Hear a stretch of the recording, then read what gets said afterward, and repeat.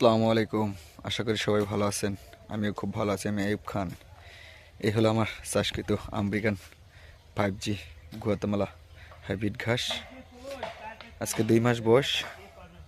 গোড়ায় মাটি না দেওয়ার কারণে শাখা প্রশাখা বৃদ্ধি হয় নাই। লেবার সংকটের কারণে মাটি দিতে পারি নাই। যেহেতু এখন গোড়ায় মাটি দিতে পারছি, এখন সার প্রয়োগ করবো এবং সেচ ব্যবস্থা দেবো ঘন ঘন।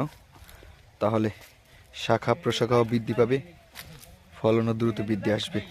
দেখেন 100% কাটিং, জার্মিনেশন এবং সফল। যদি এই ঘাসের গোড়ায় মাটি দিতে পারতাম আরও আগে, তাহলে শাখা প্রশাখা বৃদ্ধি পাইতো। মাটি না দেওয়ার কারণে শাখা বৃদ্ধি পায় নাই, খুব কম পাইছে।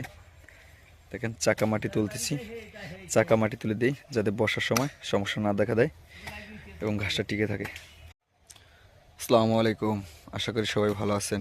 আমিও খুব ভালো আছি। আমি আইয়ুব খান। এই হলো আমার চাষকৃত আমেরিকান 5G গুয়াতেমালা হাইব্রিড ঘাস।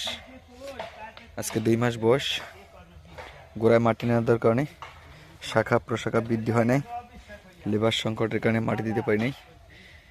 যেহেতু এখন গোড়ায় মাটি দিতে পারছি, এখন সার প্রয়োগ করবো এবং সেচ ব্যবস্থা দেবো ঘন ঘন।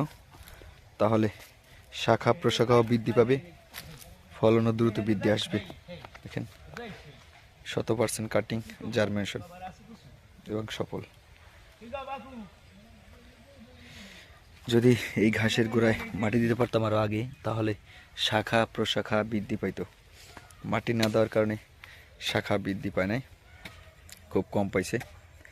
দেখেন চাকা মাটি তুলতেছি, চাকা মাটি তুলে দিই যাতে বর্ষার সময় সমস্যা না দেখা দেয় এবং ঘাসটা টিকে থাকে।